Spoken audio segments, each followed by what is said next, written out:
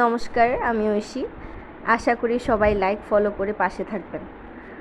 তো আজকে আমাদের রান্না হচ্ছে মাটন। তো প্রথমে আমি এখানে তেল দিয়ে নিয়েছি, সরিষার তেল। আমি সরিষার তেল দিয়ে রান্না করতে খুব পছন্দ করি। এখানে আমি সেট আপ বারবার করে চেঞ্জ করছি, কারণ আমার পছন্দ হচ্ছিল না কোনোটাই। তো তেল গরম হওয়ার জন্য অপেক্ষা করছি। এরপর এখানে তেজপাতা, দারচিনি, এলাচ, লবঙ্গ সব দিয়ে দিলাম। এরপর পেঁয়াজ বাটা, অনেকগুলো পেঁয়াজ বাটা দিলাম পরিমাণ মতো। যতটুকু আমি 1.5 কেজি মাংস রান্না করছি, তো ওর পরিমাণ মতো আমি পেঁয়াজ বাটা দিয়ে দিয়েছি। এরপর হচ্ছে রসুন বাটা, আদা বাটা, একে একে তিনোটা বাটা দিয়ে দিলাম। এরপর অবশ্যই কিছুক্ষণ নাড়াচাড়া করা লাগবে, যতক্ষণ না পর্যন্ত মশলাটা ভালো করে কষে যাচ্ছে। হ্যাঁ, এরপর কিছুটা এখানে লবণ, একটু মরিচের গুঁড়া, একটু হলুদের গুঁড়া দিয়ে একটু ভালো করে একটু ঘেটে নিলাম।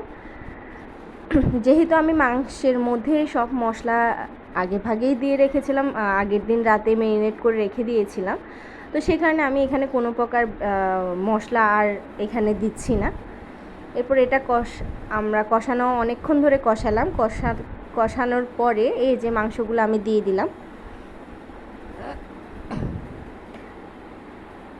একে একে মাংসগুলো আমি দিয়ে দিচ্ছি এখানে।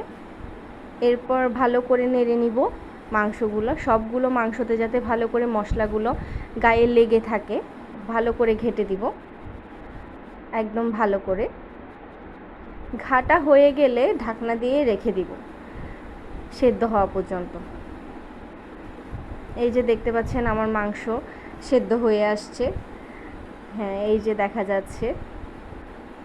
এরপর নেড়ে দিতে হবে, মাংসটা নেড়ে দিতে যাতে নিচে না লাগে। হ্যাঁ, ভালো করে নেড়ে দিতে হবে। এই যে আমার মাংসটা প্রায় হয়ে এসেছে। আসলে আমার প্রথম ভিডিও ভয়েস ওভার দেওয়া, তো আমি খুব নার্ভাস। আপনারা সবাই আশা করি আমাকে সাপোর্ট করবেন। এবং আমার এই মাংস হয়ে এসেছে অলমোস্ট। এই যে আমার মাংস রেডি, এবং এটা পরিবেশনের জন্য একদম প্রস্তুত। নমস্কার সবাইকে।